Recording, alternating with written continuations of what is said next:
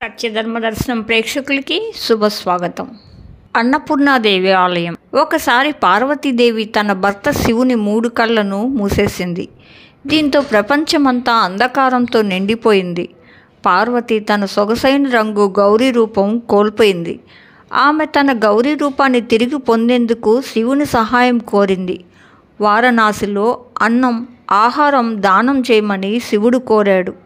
అందుకే ఆమె బంగారు కుండ మరియు గరిటెతో అన్నపూర్ణ ఆహార దేవత రూపాన్ని తీసుకుంది మరియు వారణాసిలో ఆహారాన్ని దానం చేసింది. మరొక నమ్మకం ప్రకారం ఒకసారి శివుడు ప్రపంచం మొత్తం ఆహారంతో సహా మాయా, భ్రమ అని వ్యాఖ్యానించాడు.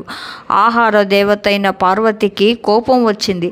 మరి భూమిపై ఉన్న ఆహారాలన్నింటినీ అదృశ్యం చేయడం ద్వారా ఆహారం యొక్క ప్రాముఖ్యతను ప్రదర్శించాలని నిర్ణయించుకుంది. ప్రపంచం ఆకలితో బాధపడడం ప్రారంభించింది. శివుడు చివరకు పార్వతి వద్దకు వచ్చి ఆహారం యొక్క ప్రాముఖ్యతను గుర్తించి ఆమె తలుపు వద్ద ఆహారం కోసం వేడుకున్నాడు.